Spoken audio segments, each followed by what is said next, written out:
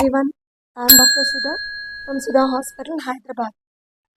ఈరోజు మన interesting case స్టడీస్లో ఒక కేసు ఏంటంటే అడినోకార్సినోమా ఆఫ్ ద ఎండోమెట్రియం, అంటే యూట్రస్లోని లోపలి పొరకి వచ్చే క్యాన్సర్. అయితే ఈ పేషెంట్ మా ఫ్యామిలీ ఫ్రెండ్స్లో ఒక ఆంటీ అన్నమాట. ఈ ఆంటీ అంకుల్ కలిసి వచ్చారు ఒకరోజు నా ఓపీకి.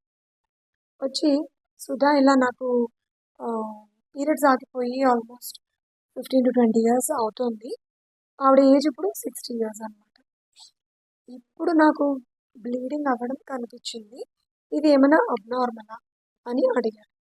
సో నేను ఇమ్మీడియట్గా చెప్పాను, ఆంటీ ఇట్లా వన్స్ పీరియడ్స్ ఆగిపోయాడు అంటే ఒక 1 year ఆగిపోతేనే దాన్ని మెనోపాజ్ కింద గుర్తిస్తాం. సో ఈ మెనోపాజ్లోకి ఎంటర్ అయ్యాక మళ్ళీ బ్లీడింగ్ అవ్వడం అనేది అబ్నార్మల్. సో ఇమ్మీడియట్గా నేను స్కాన్ చేసి చూశాను. అందులో ఆవిడ ఎండోమెట్రియం అనేది చాలా థిక్గా ఉంది. సో ఎప్పుడు థిక్ అని అంటాం. సో యూజువల్గా మెనోపాజ్లోకి ఎంటర్ అయిన లేడీస్కి 4 to 5 mm కంటే ఎక్కువ ఉంటే ఇది థిక్ అయిందని చెప్తాం. అదే ఎవ్రీ మంత్ పీరియడ్స్ అవుతున్న వాళ్ళకైతే 10 to 11 mm వరకు కూడా అది నార్మల్. సో ఈవిడికి 11 mm ఉండడం గుర్తించాము.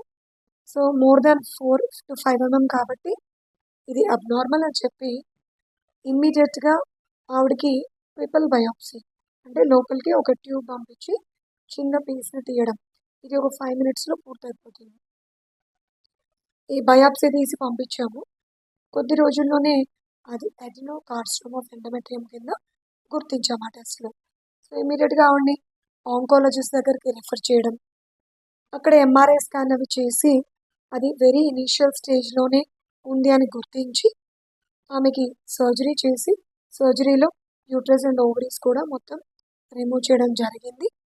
అండ్ మొత్తం మళ్ళీ ఆ యూట్రస్ని కూడా బయాప్సీకి పంపితే అది క్యాన్సర్ ఓన్లీ ఆ భాగానికి మాత్రమే, లోపల భాగంలో మాత్రమే ఉంది, అది ఇంకా స్ప్రెడ్ అవ్వలేదు అని తెలిసింది. సో ఈవిడికి ఈ సర్జరీతోటే మొత్తం ట్రీట్మెంట్ అంతా కూడా పూర్తయింది. సో వాళ్ళు చాలా హ్యాపీ ఫీల్ అయ్యారు. సో ఇనీషియల్గానే గుర్తించడం జరిగి ఫాస్ట్గా ట్రీట్మెంట్ తీసుకోవడం వల్ల అది స్ప్రెడ్ అవ్వకుండా ఇంకా ఇతర కాంప్లికేషన్స్లోకి వెళ్ళకుండా అండ్ స్టేజ్ కూడా ఎక్కువ స్టేజెస్లోకి ఎంటర్ కాకుండానే ఈవిడికి ట్రీట్మెంట్ పూర్తవడం జరిగింది.